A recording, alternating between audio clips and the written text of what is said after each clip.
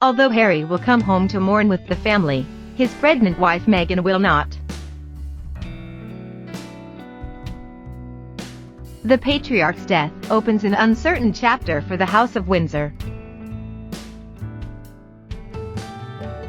Buckingham Palace said on Saturday that Prince Harry would be returning to Britain for Prince Philip's funeral next weekend, setting in motion fevered speculation about whether the reunion would mend fences in the royal family or sow deeper discord.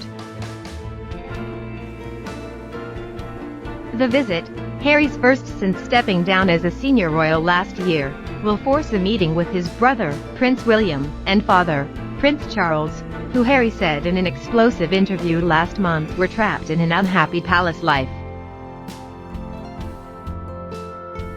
But Harry will travel without his wife, Meghan, Duchess of Sussex, who palace officials said would remain at the couple's California home on doctor's orders because she is in the latter stages of pregnancy. For weeks, while the world awaited Oprah Winfrey's interview last month with Harry and Meghan, the eyes of many Britons were fixed on the health of Philip, Harry's grandfather, who had been hospitalized with a heart condition. Newspapers pictured Prince Charles in February leaving the bedside of Philip, his father, the son's eyes bloodshot as he was driven away. Harry and Meghan were castigated for comments about leaving their royal roles that detractors saw as ill-mannered in light of Philip's illness. "Have they no respect?" the Daily Mail screamed. That period of national concern over Philip's health led the royal family's sympathy during an unusual dust-up within the institution, one that pitted brother against brother, as Harry, in the interview with MS.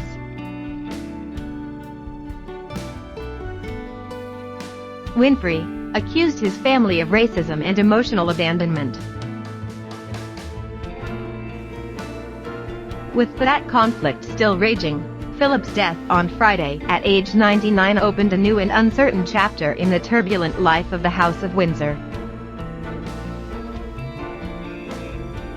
Among the first acts of the post-Philip era was the announcement that Harry would attend his grandfather's funeral, scheduled for April 17, a slimmed-down ceremony that palace officials said would be limited to 30 people.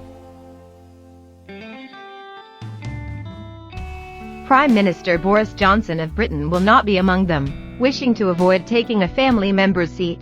Mr. Johnson will not attend, his office said on Saturday. No question was more on the minds of royal watchers than whether Harry would make peace with his brother, Prince William, after a months-long feud. Harry will come home, and a meeting between the brothers, and perhaps, with luck, a reconciliation over their dead grandfather could be a possibility, said Penny Junor, a royal historian. Or not, it's going to go one way or the other, MS. Junor said. There's a sort of war going on within the family, and being played out in public. It's been everything the family doesn't want. The heating up of those tensions during Philip's hospitalization created an awkward split screen, which defenders of Buckingham Palace used to attack Harry and Meghan for doing anything that could detract attention from the patriarch's health. In her interview, Meghan referred to Philip's illness after MS. Winfrey had asked about regrets. She said she had awaked that very morning to a note saying that Philip had been hospitalized. Nevertheless, she and Harry offered a painful account of their life within the firm, the family institution that Philip spent much of his life trying to preserve. They said members of the family had expressed concern about how dark the skin of the couple's then unborn child, Archie, would be. Meghan said her efforts to seek mental health treatment had been rebuffed by palace officials, who worried about potential damage to the monarchy. The comments reverberated through Britain, touching off frank conversations about racism and the country's colonial legacy. Philip's own history of bigoted remarks was often cited as an example of anachronistic attitudes that were said to prevail within the family. So concerned was Harry about how the interview would affect Philip and Queen Elizabeth II that he got in touch with Ms. Winfrey shortly after it aired.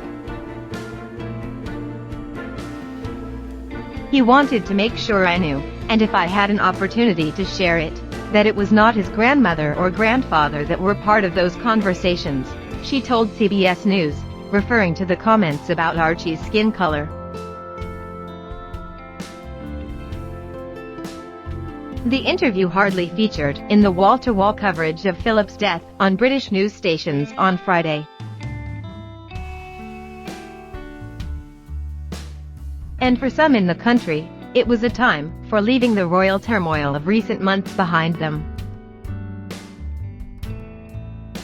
Obviously, there was so much scandal around the Meghan and Harry thing, said Lottie Smith, 18, who heard about Philip's death on a train ride into London on Friday and came to Buckingham Palace to pay her respects. I think his passing will sort of leave that alone now. Her friend Catherine Vellicott, 19, chimed in with the hope that it would maybe unite the nation more. That was how Prime Minister Boris Johnson saw it, too.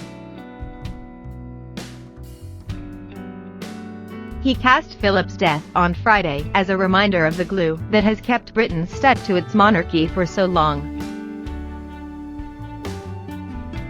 Like the expert carriage driver that he was, Mr.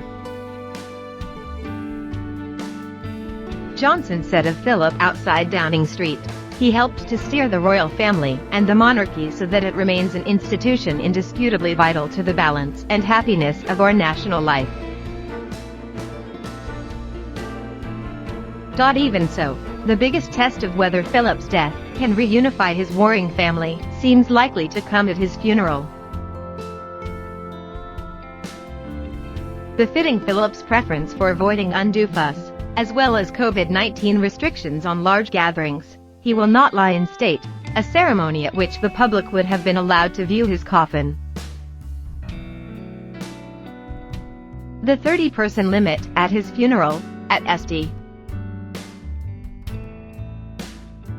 George's Chapel at Windsor Castle, was in keeping with government restrictions, forcing the paring back of a guest list that would normally have run to several hundred people. Palace officials said on Saturday that his coffin would be carried through the castle grounds in a Land Rover. Plans for the televised ceremony, approved by Philip several years ago, had been scaled down because of the pandemic, they said.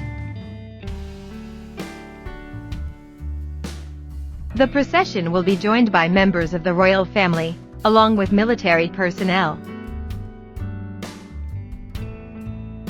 On Saturday, gun salutes marking Philip's death were fired from cities across the four nations of the United Kingdom and at sea, a tradition dating back centuries.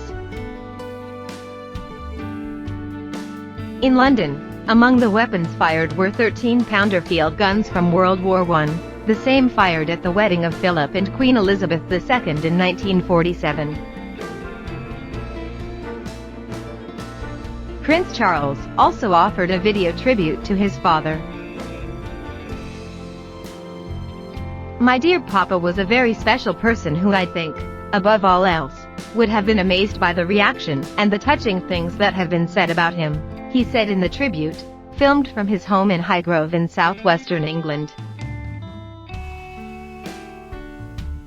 During Philip's service in the British Navy during World War II, He was credited with hatching a plan in 1943 that saved his crew members' lives as they came under fire from German bombers. As for Harry, he told James Corden, the talk show host, in late February of video chats with his grandfather and Archie during lockdown when Philip, instead of pressing the red button at the end of the call, would slam down the lid of the laptop. Travelers to England face mandatory self-isolation periods, although people can shorten them with private coronavirus testing. Harry's representatives said that he would follow the protocols. Few elements of the fallout between Harry and the rest of his family have pained Britons as much as his strained relationship with William, with whom he was once said to have a very close bond.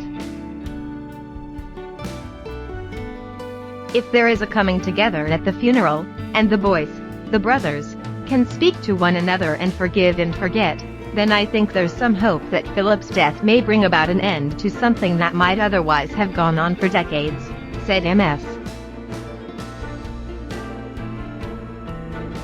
Jenner, the historian, who wrote The Firm, The Troubled Life of the House of Windsor. But that hasn't happened yet, and it may not happen, she said. I certainly hope it does. Royal commentators suspect that even as Philip stepped back from his busy public schedule in recent years, he continued to play an active role in big issues facing the family, Harry and Meghan's departure among them. If the Queen is Britain's head of state, commentators say, Philip was head of the royal household. He was credited with giving television cameras an early peek at the family's private life in the 1960s and introducing efficiencies at Buckingham Palace. Yet his stewardship of the royal household was not without difficulties. Known for cracking the whip, he wounded Charles, his oldest son, with frequent belittlements. And though Philip took it upon himself to steer the family through marital troubles, he was partly blamed for the palace's seemingly grudging response to an outpouring of grief over the death of Charles's wife, Diana, Princess of Wales, in a car crash in Paris in 1997.